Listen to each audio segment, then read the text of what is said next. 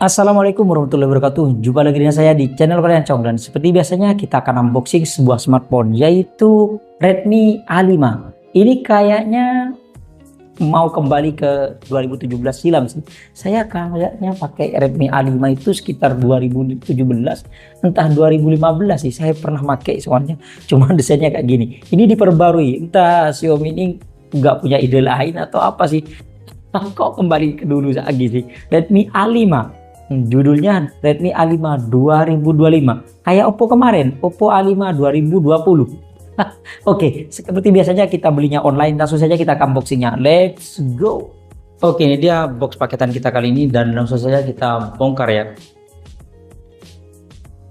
Oke, ini dia box smartphone-nya dan saya belinya Redmi A5. Ini regenerasi ya. Sebenarnya dulu itu Redmi A5 itu sudah ada. Saya sudah pernah pakai sekitar tahun 2013, entah 2014 atau 2015 sih, lupa. Pokoknya saya pernah beli Redmi A5 dan dagu yang masih tebel ya. Kok disobek di bagian sininya? Apa ini di sini? Oh, ada yang disopot ya. Dan di bagian depannya ini ada yang dan di depan ini ada tulisan 128 GB, RAM 8 GB. Bisa di sini ada 32 megapiksel AI dual kamera. Mantap. Bagian kanannya di sini ada secure fingerprint and face unlock. Di sini ada powerful octa-core processor. Bagian kirinya baterainya 5200 mAh, 15 watt fast charging. Yang saya ambil ini dia varian warna light green, 4/128 GB. Jadi di sini 48 ini 8 GB ini 4+4 ya. Mikom. Oke, kita buka.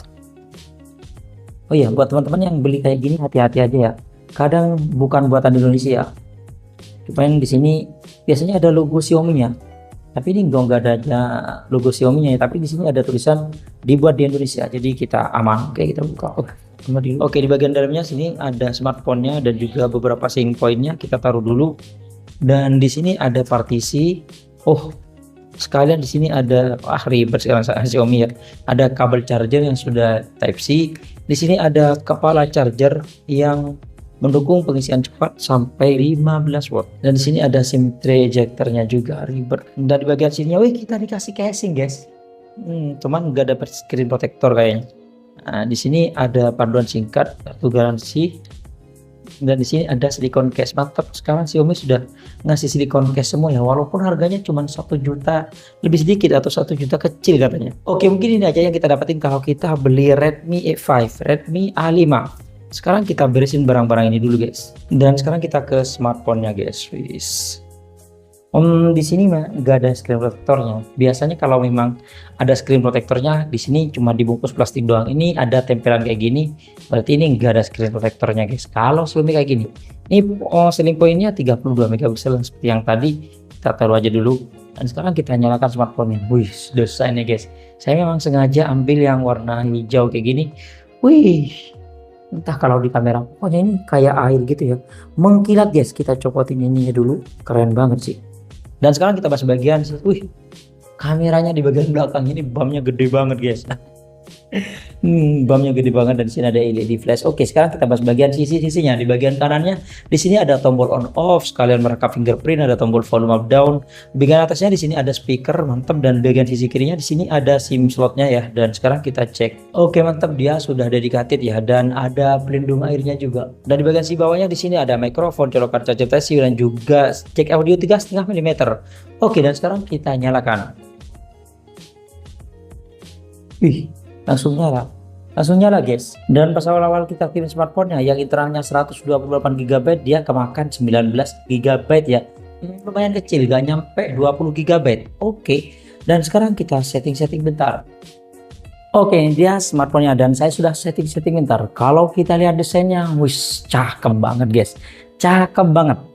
Yang bilang gak cakep ini parah sih. Ini cakep banget. Apalagi ini ada kayak air gitu ya, ombak air atau aliran air. Keren banget sih. Saya sengaja ambil yang warna hijau karena yang warna hitam keseringan sih, warna putih keseringan juga sih. Cakep. mumpung ada sih warna hijau, dan itu tergantung selera masing-masing sih. Mungkin ada yang nggak suka dengan desain kamera yang bumpnya gede banget kayak gini, bisa jadi sih. Atau karena mereknya Redmi jadi gak suka, ya wajar sih. Oke, sekarang kita bahas bagian variannya dulu. Ini variannya cuma ada satu ya, yaitu RAM 4GB internal 128GB yang dijual dengan harga 1.199.000.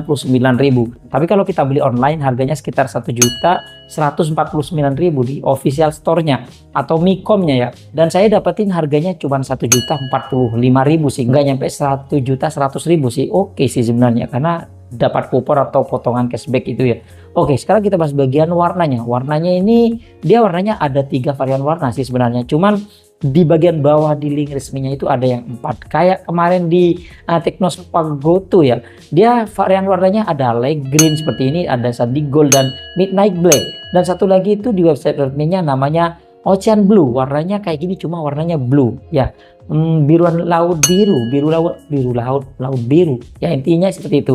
Oke, sekarang kita bahas bagian bodinya. Bodinya ini menggunakan plastik ya, dan framenya juga menggunakan plastik. Dan sekarang kita bahas bagian layarnya. Layarnya ini masih menggunakan IPS LCD, ukurannya itu 6,88 inch, resolusinya masih HD plus yaitu 720 x 1640 pixel. Untuk refresh rate-nya sudah mantap di 120 Hz. Dan kecerahannya sih 450 nit di bawah terik matahari, agak keteteran sih. Dan untuk proteksinya dia nggak ada proteksinya ya, dan juga nggak dapat screen protector, dan masih menggunakan punch hole ya. Yang disayangkan ini kan kalau kita lihat di settingnya itu untuk kecerahannya sih adaptif. Kalau di cahaya redup kayak gini ya cuma ada lampu doang, itu kalau kita nyalakan dia aktif sih. Tapi kalau di luar ruangan dia nggak mau sih. Bahkan setelah saya coba dari luar ruangan masuk ke dalam ruangan itu tetap aja, misalkan kita full kayak gini, kita matikan, kita nyalakan, dia nggak mau redup, tetap aja di full. Dan sekarang kita bahas bagian keamanannya. Dia keamanannya ada 2, yaitu side fingerprint dan juga face unlock. Sekarang kita tes fingerprintnya ya. Oke, cepat. Oh, animasinya juga keren sih. Oke, dan sekarang kita tes face unlocknya. Dan sayangnya dia nggak bisa ketuk 2 kali untuk mematikan dan menyalakan layarnya ya. Kita coba nyalakan widget. Mungkin ada, tapi biasanya stok Android itu nggak dikasih lock screen ya, biasanya sih. Dan beneran di sini nggak ada ya. Jadi kita harus menggunakan aplikasi pihak ketiga untuk mematikannya, atau menggunakan aplikasi lock screen ya. Ya sayang banget sih nggak ada. Dan sekarang kita bahas bagian prosesornya. Dia prosesornya menggunakan prosesor dari Uni SoC yaitu Tiger T7250 yang masih 12 nanometer, didukung dengan RAM 4GB, bisa ditambah 4GB. Totalnya 8GB. Kalau di sini kan RAM-nya 8GB, ternyata dia RAM-nya 4GB plus 4GB, jadi totalnya 8, dan didukung dengan internal 128GB. Kalau kita lihat di AnTuTu benchmark-nya dia mencapai 274 ribuan. Ini sudah oke sih dibanding dengan Itel Power 70 kemarin ya, yang skornya cuma 100 ribuan, ini 200 ribuan sih. Tapi sayangnya dia masih menggunakan eMMC 5.1 ya. Dan untuk sensor-sensornya dia ternyata banyak yang dipangkas banget sih, banyak banget yang dipangkas guys. Bahkan gyroscope-nya di sini nggak ada. Dan untuk lain-lainnya dia Bluetooth-nya sudah 5.2, NFC-nya nggak ada, Air Blaster nggak ada, dan speakernya masih mono.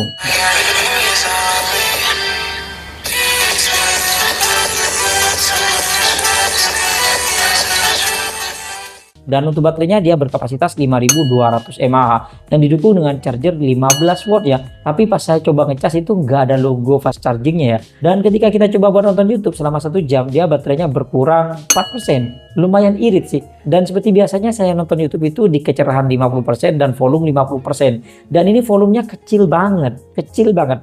Dan ketika kita coba ngecas dengan charger bawaan yang 15 watt, dia 10 menit bertambah 8%, 20 menit bertambah 17%, dan 30 menit bertambah 24%. 1 jam kayaknya cuman keisi 45% atau 40-an persen lah. Jadi butuh waktu sekitar 2,5 jam baru full ya, standar. Dan sekarang kita bahas bagian kameranya. Di bagian belakang ini ada dual kamera, yang mana kamera utamanya dia beresolusi 32 megapiksel aperture f2.0 wide, dan satu lagi ini auxiliary lens, kamera pendukung aja kedalaman, tapi nggak dijelasin beberapa pikselnya ya. Dan kamera depannya dia beresolusi 8 megapiksel aperture f2.0 wide. Dan sekarang kita lihat di setting kameranya. Di sini ada mode portrait, ada mode foto, ada mode video yang perekamannya mentok di 1080p 30 fps, gak bisa 60 fps ya. Oke. Dan di sini ada mode ultra HD ya. Dan di sini ada mode malam, hari, selang waktu, gitu doang. nggak ada mode pro, slow mo dan macam-macam. Oke, untuk rekaman video dan sebetulnya kita akan tes di ruang terbuka. Let's go. Oke, ini dia perekaman kamera belakang dari Redmi A5. Kalau kita lihat di layar, wis jernih banget sih, dan warnanya natural loh. Birunya pas seperti di situ ya. Awannya juga, abu-abunya juga dapat. Kalau kita coba buat ngezoom, dia bisa sampai standar Xiaomi 6 kali ya, 6 kali kan. Dan kalau kita balikin kayak gini. Oke, dan sekarang kita coba putar ke wajah. Dan kalau backlight kayak gini ya. Ini sini terang banget di sini karena mataharinya di bagian sini. Dan kalau kita putar kayak gini. Ya teman-teman bisa nilai sendiri sih untuk kualitas kamera belakangnya kayak gini ya. Dan ini dia perekaman kamera depan dari Redmi A5. Kalau di layar kalau kayak gini bagus loh. Langitnya apalagi memang warna langitnya biru. Kalau backlight kayak gini masih oke lah, oke. Jadi kita masih kelihatan. Tapi tadi pas kita di sini, nah baru tapi masih oke lah. Karena dia cuma 8 megapiksel. Kalau kamera belakangnya wajar bagus karena 32 megapiksel ya. Dan teman-teman bisa lihat sendiri sih. Oke, ini dia perekaman kamera belakang dari Redmi A5. Kalau kita lihat di layar sih nggak terang sih, terutama di sana itu di layar gelap banget sih. Padahal aslinya sih agak terang loh. Pintu aja di sana itu seharusnya kelihatan. Di sini remang-remang sih, kelihatan dikit-dikit doang. Dan kalau kita putar ke wajah kayak gini, ya teman-teman bisa nilai sendiri sih untuk kualitas kameranya kalau malam-malam kayak gini ya. Dan ini dia perekaman kamera depannya kalau malam-malam. Lumayan terang sih kalau malam ya kamera depan. Apalagi kalau di bawah lampu kayak gini. Kalau cahaya cukup, oke dong. Oke, mantap. Dan untuk hasil fotonya sih untuk kamera depannya sih standar sih, nggak bagus-bagus banget. Jadi di sini bagian dahi dan bagian wajah ini agak beda warnanya, mungkin karena cahaya bagian atas. Ini kamera belakangnya malah parah lagi. Bagian dahi putih banget, di bagian dagu ke bawah itu mata ke bawah malah gelap ya. Tapi untuk HDR-nya sudah mantap sih. Mode potretnya juga cakep sih.